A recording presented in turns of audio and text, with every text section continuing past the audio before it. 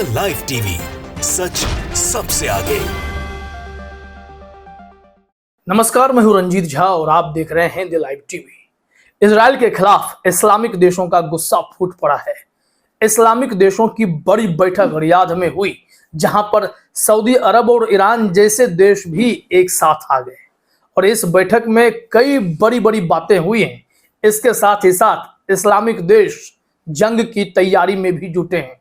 खास करके ईरान, जो शुरू से ही इजराइल को अल्टीमेटम दे रहा था, गजा पट्टी में जंग रोको नहीं तो हम इस युद्ध में कूदेंगे। और ईरान की ताकत इतनी है कि इजराइल कहीं टिकेगा भी नहीं। सबसे पहले हम यहां आपको इस रिपोर्ट में यह बताएंगे कि जो बड़ी बैठक इस्लामिक देशों की हुई, उसमें कैसी टिप्पणी हुई है, क्या मांग रखी गई है। दूसरी तरफ कैसे ईरान बड़ी तैयारी में जुट चुका है, कैसे एक बड़े जंग की ओर दुनिया बढ़ती जा रही है, इस रिपोर्ट में आप देखेंगे। तो चलिए सबसे पहले बीबीसी के हवाले से आपको बताते हैं कि इस बड़ी बैठक में इस्लामिक देश, खास करके 57 देश जो एक साथ आए, उनकी बैठक का नतीजा क्या रहा है। यहां बीबीसी ने हेडलाइन में लिखा, इजराइल हमास युद्ध, गजा पर हमले के खिलाफ सऊदी अरब में इस्लामी देशों की असाधारण बैठक, क्या बोले सलमान, अर्दोआन और रईसी। यहां पर हम एक एक स्टेटमेंट की बजाय जो मोटा मोटी बातें हैं, एक देश के प्रति क्या बयान है, वो समझ जाएंगे। यहां लिखा गया है, तस्वीर भी आप पहले देख लीजिए। यही सारे देश हैं जो एक साथ आए, सबने साथ में मिलकर बड़ा फैसला भी लिया है कि युद्ध विराम के लिए जो भी करना पड़े वो करेंगे। शांति जरूरी है, लेकिन इजराइल अगर बाज नहीं आएगा तो ईरान फिर इस बैठक से अलग हटकर एक बड़ा फैसला लेते हुए जंग की तैयारी में भी जुट जाएगा या जुट चुका है। रिपोर्ट तो ऐसी है कि उसने तैयारी शुरू कर दी है। उसके जितने भी आर्मी विंग हैं, सब ने एक साथ एक सुर में यह फैसला लिया है, इजराइल को सबक तो सिखाएंगे। इस रिपोर्ट में कहा गया है कि गजा में जारी भीषण संघर्ष के बीच सऊदी अरब के रियाद में दुनिया भर के मुस्लिम देशों के नेताओं की बैठक में तुरंत संघर्ष विराम और फिलिस्तीनी मुद्दे के समाधान की मांग की गई है। अरब और इस्लामी देशों के नेताओं ने इस्राइल की आलोचना की और गजा पर तुरंत हमले रोकने का आह्वान किया। वहीं ईरानी राष्ट्रपति इब्राहिम रईसी ने इजराइल के लिए तेल आपूर्ति रोकने की मांग की। कुछ देशों ने इजराइल और उसके सहयोगी देशों के साथ आर्थिक और राजनयिक संबंध रोकने का प्रस्ताव दिया। हालांकि इस प्रस्ताव का विरोध भी हुआ। इस बैठक में इस्लामिक सहयोग संगठन के अलावा अरब लीग देशों के नेता भी शामिल हैं। यहां पर कहा जा रहा है कि ये असाधारण इस्लामिक अरब बैठक इस्राइल और अमेरिका पर गजा में संघर्ष विराम करने का दबाव बनाने के लिए आयोजित की गई। यानी कि अमेरिका खास करके जो इजराइल को सह देता रहा है कि जाओ जंग लड़ते रहो, हथियारों की कमी नहीं होने देंगे, तुम्हें तुम्हारे खुद की रक्षा का अधिकार है। अब इसी को लेकर कई इस्लामिक देशों का गुस्सा भी फूटा है कि इजराइल क्या अपनी रक्षा के नाम पर, अपने रक्षा के अधिकार के नाम पर गजा में बेकसूरों को मारेगा, कत्लेआम करेगा। क्या वो जंग नहीं रोकेगा? अगर नहीं रोकेगा तो ईरान की क्या तैयारी है, यहां हम आपको दिखाने जा रहे हैं। कई बार रूस और चीन ने भी वीटो लगाकर यह बता दिया है कि अमेरिका की चाल हम सफल होने नहीं देंगे। दो मुही रणनीति अमेरिका की काम नहीं आएगी। एक और जहां अमेरिका गजा में जाकर राहत सामग्री बांटने के लिए गुहार लगाता है या कोशिशें करता है, तो दूसरी तरफ इजराइल को कहता है जंग जारी रखो क्योंकि तुम्हें तुम्हारी रक्षा का अधिकार है। इसी को लेकर सब ने कहा डबल स्टैंडर्ड तो नहीं चलेगा, एक ही फैसला हो, फिलिस्तीन को उसका हक मिले, युद्ध विराम की बात हो। नेतन्याहू तो छटपटा उठे कि दुनिया के कई देश अब उन्हें इलीगल भी मानने लगे हैं। खैर, आइए ईरान की जंग पर बात करें। यहां पर foreignpolicy.com नाम के एक वेबसाइट पर बहुत ही जबरदस्त खबर छपी है। यहां लिखा गया है, Iran proxies in Syria move toward escalation with Israel. यानी कि साफ तौर पर एक जंग के खतरे की घंटी। यहां लिखा भी गया है, अगर इसके हिंदी में समझें तो सीरिया में ईरान के प्रतिनिधि इजराइल के साथ तनाव बढ़ाने की ओर बढ़ रहे हैं। यानी कि खेल अभी और भी ज्यादा बिगड़ने वाला है।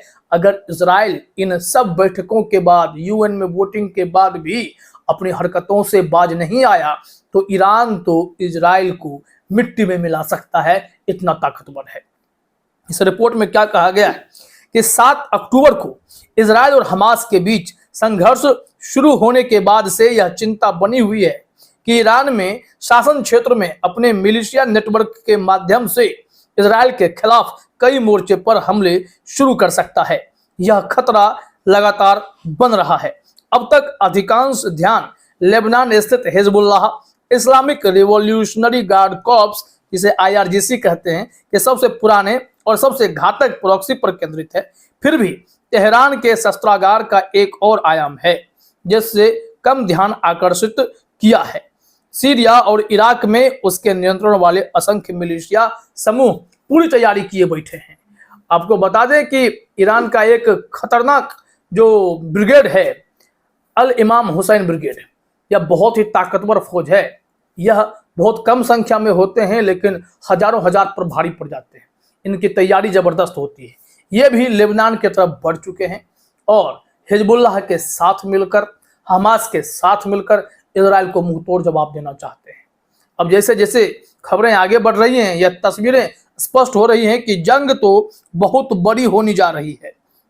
यहाँ लिखा हुआ है कि इजराइल के खिलाफ IRGC की बहुस्तरीय वृद्धि में सीरियाई मोर्चे की अभिन्न भूमिका के बारे में सबसे स्पष्ट संकेत कुछ दिन पहले 22 अक्टूबर को आया था, जब कानी ने कथित तौर पर दक्षिणी सीरिया का दौरा किया और IRGC के लिए एक नया संयुक्त ऑपरेशन कक्ष स्थापित किया और गोलान हाइट्स के साथ साथ इसके समीपवर्ती क्षेत्र में भी इन लोगों ने अपने लड़ाकों की तैनाती कर दी है। इसका मतलब साफ है कि जंग अभी तो और बढ़ने वाली है। अगर इजराइल अपनी हरकतों से बाज नहीं आया तो यह भयंकर होने वाला है। यहाँ पर कहा भी गया है कि गजा पट्टी में हमास को नष्ट करने के अपने अभियान में इजराइल द्वारा की गई प्रगति के साथ ईरानी संभवतः प्रॉक्सी और साझेदारों के अपने उपयोग को सावधानी पूर्वक जांचेंगे। जैसे जैसे इजराइल आगे बढ़ेगा, IRGC की तथाकथित प्रतिरोध अक्ष की प्रतिक्रिया की तीव्रता बढ़ेगी। इसका मतलब समझिए आप, यह विशेष रूप से सच होगा यदि हमास गाजा में पराजित होने के कगार पर दिखाई दे। इस प्रतिक्रिया में इराक और सीरिया में मिलिशिया का भारी योगदान रहेगा। यहाँ पर कहा गया है अगर इजराइल लगातार हमला जारी रखता है, खैर यहाँ पर चिंता इस बात को लेकर भी जाहिर की गई है, अगर गाजा पट्टी में हमास हारने लगता है तो वैसे मोमेंट पर ये तमाम शक्तियां एक साथ इजराइल पर टूट पड़ेंगी। उन्हें सबक सिखाने के लिए रास्ता तैयार किया जा रहा है और यह जंग कितनी बड़ी होगी इसकी आप कल्पना भी नहीं कर सकते। अमेरिका कब तक साथ देगा? अमेरिका के पास तो खुद हथियारों की इतनी कमी हो गई है। यह जंग बढ़ती जा रही है और इस कदर बढ़ रही है जहां पर गजा पट्टी में बेकसूरों को मारने वाले इजराइल भी नहीं समझ पाएगा कि अगर ईरान जैसा देश उस पर अटैक करता है, उसका अल इमाम हुसैन ब्रिगेड हो या फिर IRGC हो, ये सब अगर अटैक कर देता है तो इजराइल के लिए खड़ा होना मुश्किल हो जाएगा, क्योंकि इनके लड़ाके एकदम से अनट्रेंड होते हैं। ये 2-2 साल की मेहनत वाले जंग लड़ने जा रहे हैं और ग्राउंड ऑपरेशन में मारे जा रहे हैं। हमास के लड़ाके इतने ट्रेंड हैं कि वो उन्हें धूल चटा रहे हैं, उनके टैंकों पर कब्जा कर रहे हैं, उनके सैनिकों को बंधक बना रहे हैं, कईयों को मार गिरा रहे हैं। तो इसका मतलब साफ है, जब हमास के लड़ाकों के हौसले अभी पस्त नहीं हुए हैं तो फिर आप सोचिए जब सब देश एक साथ हमला कर देंगे, ईरान अगर ताबड़तोड़ हमला शुरू कर देगा तो इजराइल की हालत क्या हो जाएगी। बड़े जंग का ऐलान हो चुका है और यह तैयारी बता रही है कि इजराइल का कदम पीछे नहीं खींचना उन्हें कितना भारी पड़ सकता है। फिलहाल इस वीडियो में इतना ही। आप सभी का हमसे जुड़ने के लिए बहुत बहुत धन्यवाद। द लाइव टीवी, सच सबसे आगे।